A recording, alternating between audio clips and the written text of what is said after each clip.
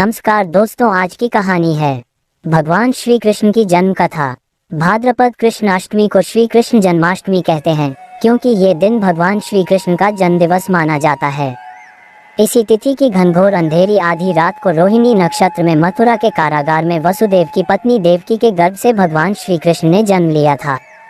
ये तिथि उसी शुभ घड़ी की याद दिलाती है और सारे देश में बड़ी धूमधाम से मनाई जाती है। जन्माष्टमी के दिन भगवान श्री कृष्ण की जन्म संबंधी कथा भी सुनते सुनाते हैं, जो इस प्रकार है। द्वापर युग में भोजवंशी राजा उग्रसेन मथुरा में राज्य करता था। उसके आताई पुत्र कंस ने उसे गद्दी से उतार दिया और स्वयं मथुरा का राजा बन बैठा। कंस की एक बहन देवकी थी, जिसका विवाह वसुदेव नामक यदुवंशी सरदार से हुआ था। एक समय कंस अपनी बहन देवकी को उसकी ससुराल पहुंचाने जा रहा था। रास्ते में आकाशवाणी हुई, हे कंस, जिस देवकी को तू बड़े प्रेम से ले जा रहा है उसी में तेरा काल बसता है। इसी के गर्भ से उत्पन्न 8वां बालक तेरा वध करेगा। ये सुनकर कंस वसुदेव को मारने के लिए उद्यत हुआ। तब देवकी ने उससे विनयपूर्वक कहा, मेरे गर्भ से जो संतान होगी उसे मैं तुम्हारे सामने ला दूंगी। बहनोई को मारने से क्या लाभ है। कंस ने देवकी की बात मान ली और मथुरा वापस चला आया। उसने वसुदेव और देवकी को कारागृह में डाल दिया। वसुदेव देवकी के एक एक करके 7 बच्चे हुए और 7 को जन्म लेते ही कंस ने मार डाला। अब 8वां बच्चा होने वाला था। कारागार में उन पर कड़े पहरे बैठा दिए गए। उसी समय नंद की पत्नी यशोदा को भी बच्चा होने वाला था। उन्होंने वसुदेव देवकी के दुखी जीवन को देख 8वें बच्चे की रक्षा का उपाय रचा। जिस समय वसुदेव देवकी को पुत्र पैदा हुआ, उसी समय संयोग से यशोदा के गर्भ से एक कन्या का जन्म हुआ, जो और कुछ नहीं सिर्फ माया थी।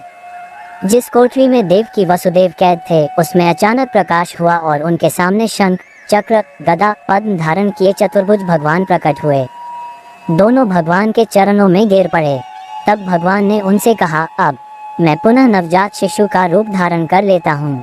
तुम मुझे इसी समय अपने मित्र नंद जी के घर वृंदावन में भेजाओ और उनके यहाँ जो कन्या जन्मी है उसे लाकर कंस के हवाले कर दो। इस समय वातावरण अनुकूल नहीं है, फिर भी तुम चिंता न करो। जागते हुए पहरेदार सो जाएंगे, कारागृह के फाटक अपने आप खुल जाएंगे और उफनती अथाह यमुना तुमको पार जाने का मार्ग दे देगी। उसी समय वसुदेव नवजात शिशु रूप श्री कृष्ण को सूप में रखकर कारागृह से निकल पड़े और अथाह यमुना को पार कर नंद जी के घर पहुँचे। वहां उन्होंने नवजात शिशु को यशोदा के साथ सुला दिया और कन्या को लेकर मथुरा आ गए। कारागृह के फाटक पूर्ववत बंद हो गए। अब कंस को सूचना मिली कि वसुदेव देवकी को बच्चा पैदा हुआ है। उसने बंदी गृह में जाकर देवकी के हाथ से नवजात कन्या को छीनकर पृथ्वी पर पटक देना चाहा, परंतु वह कन्या आकाश में उड़ गई और वहां से कहा, अरे मूर्ख, मुझे मारने से क्या होगा। तुझे मारने वाला तो वृंदावन में जा पहुंचा है। वह जल्द ही तुझे तेरे पापों का दंड देगा। ये है कृष्ण जन्म की कथा।